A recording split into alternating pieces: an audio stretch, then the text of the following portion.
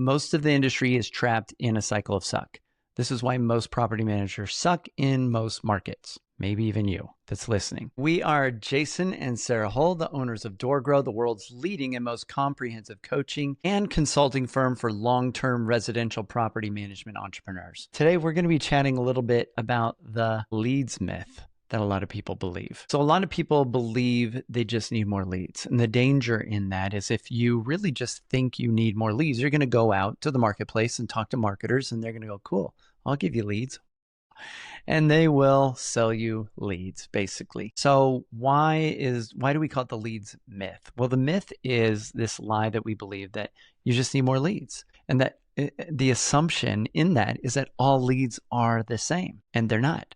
They're not even remotely the same. So there's a couple of different frameworks that we usually talk about to kind of destroy the leads myth. So let's go through these. And so for those following along, if you stack all these concepts, each one compounds your speed of growth.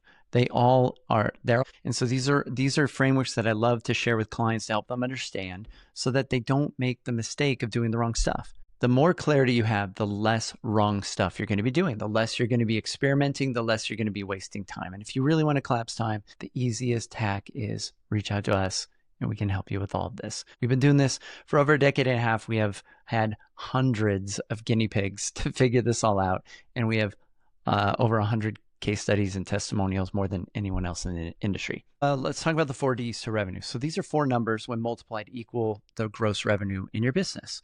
Deals, doors, duration, and dollars. Okay. So the first is like, how many deals is this client going to bring you? How many doors per deal are they bringing?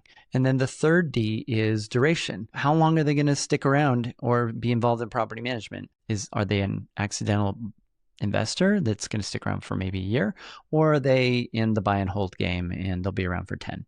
And then the last D is revenue. And so, or is dollars. And so are they a cheapo? Are they a premium buyer, or are they somewhere in the middle? So we've got these 4 Ds. So let's play a quick example. Let's take the accidental investor. They couldn't sell their property. They want to get it rented out. How does this play out in the 4 Ds? Done one deal. They didn't mean to do a deal, but they did. And it's usually just one door. Maybe sometimes they have 2, but very often we just see one door, and they're not looking to do more deals because as soon as the market spikes and the market is hot, they're going to bail. They're going out to sell, which means the duration is questionable. Let's say it's like 1 year, like if they can just get it rented. 2 years, maybe, but if it might be a few months, because if the market spikes 3 months from now, they're probably going to dump that property pretty quick.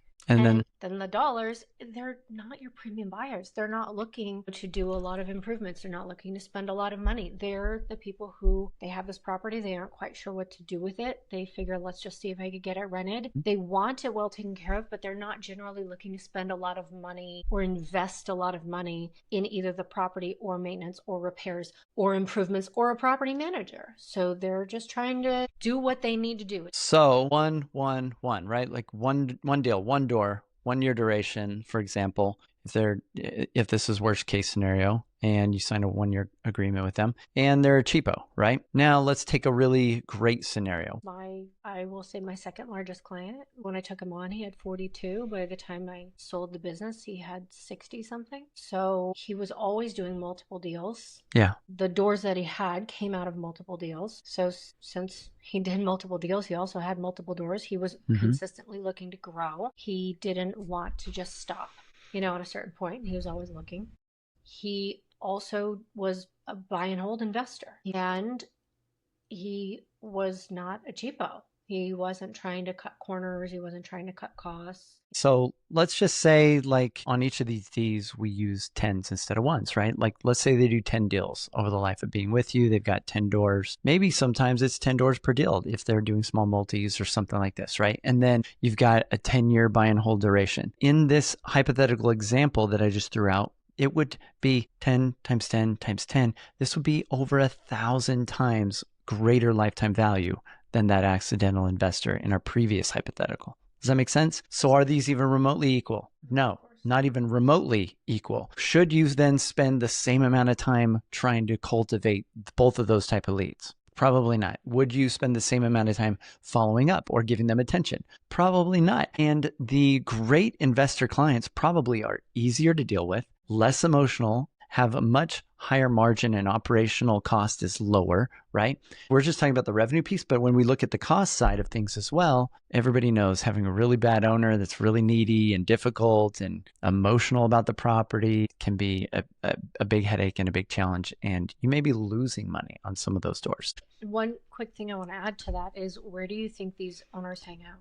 So if you've got an accidental landlord and they are looking for a property manager, where might that lead come from versus where might the lead of a client that has 42 doors come from?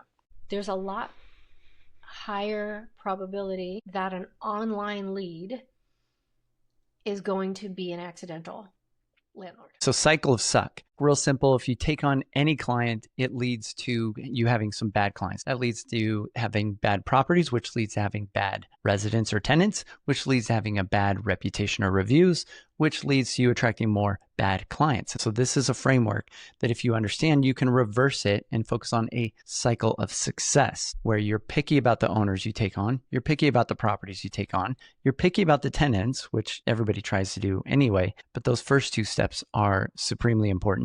And then you're going to have a methodology for getting more positive reviews. These are things we help our clients with. And so then you create a cycle of success. Most of the industry is trapped in a cycle of suck.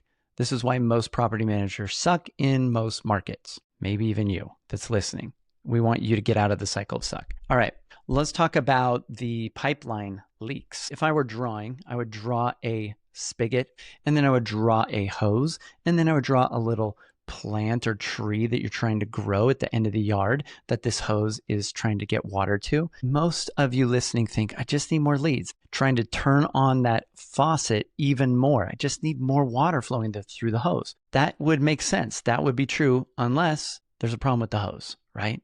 Like the hose has some leaks. And if the hose has some major holes in it, there's not going to be a lot coming out the other end. Sometimes very little at all. And so it's not about how many leads you're getting. Sometimes it's just how good is your pipeline?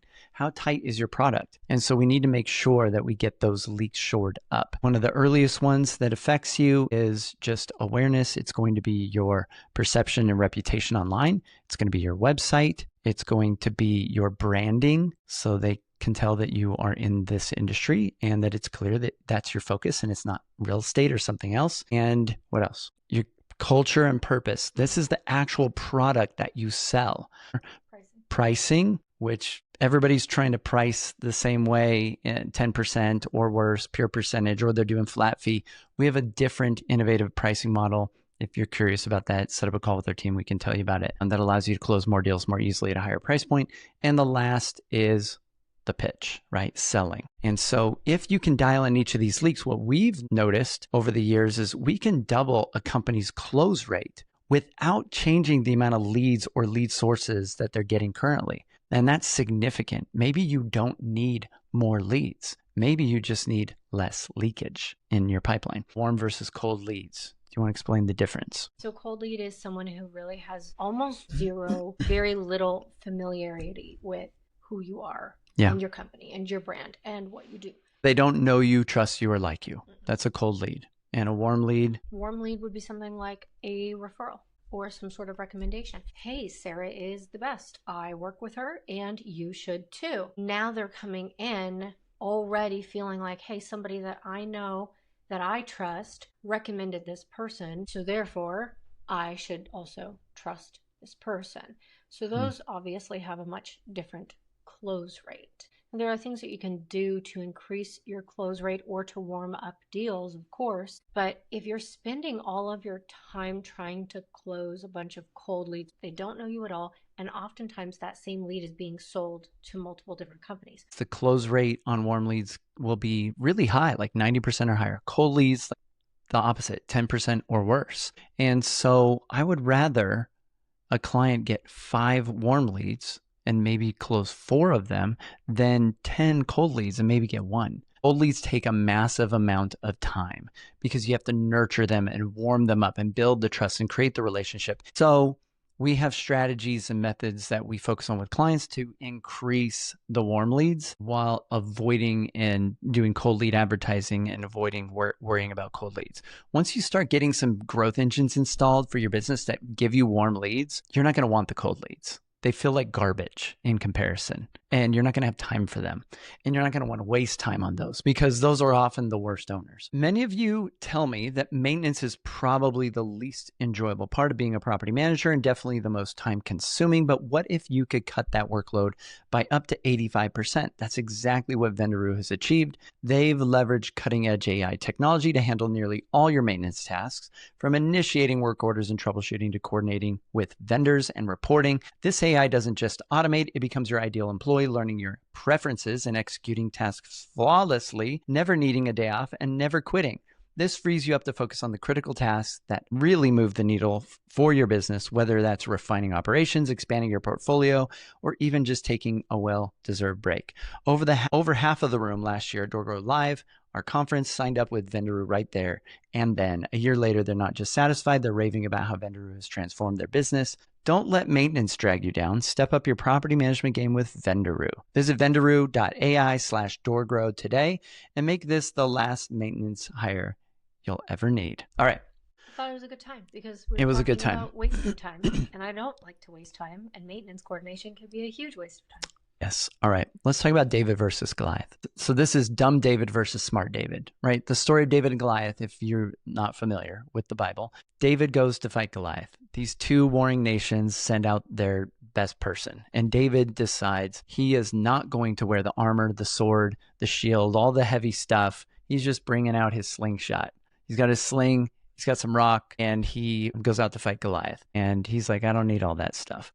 David basically brought a superior technology. He brought a gun to a sword fight, and he was good at this. He trusted himself. He had skill. He had a better tech to beat this giant. He flung the rock right into the guy's head. So let's talk about the dumb version of David. Like if David wasn't smart and he said, I'm going to do all the same stuff. I'm going to use the sword of SEO and the shield of pay per click and the helmet of content marketing and the breastplate of social media marketing. And I'm going to do all the same stuff, digital marketing, that all the other big companies are doing that are spending $2,000 to $3,000 a month or greater. I'm going to go compete with them as a small startup or a small 200 to 400 unit property management business and try and compete with these big companies that have thousands of doors. One of our clients, as an example, came to us, has 6,000 doors.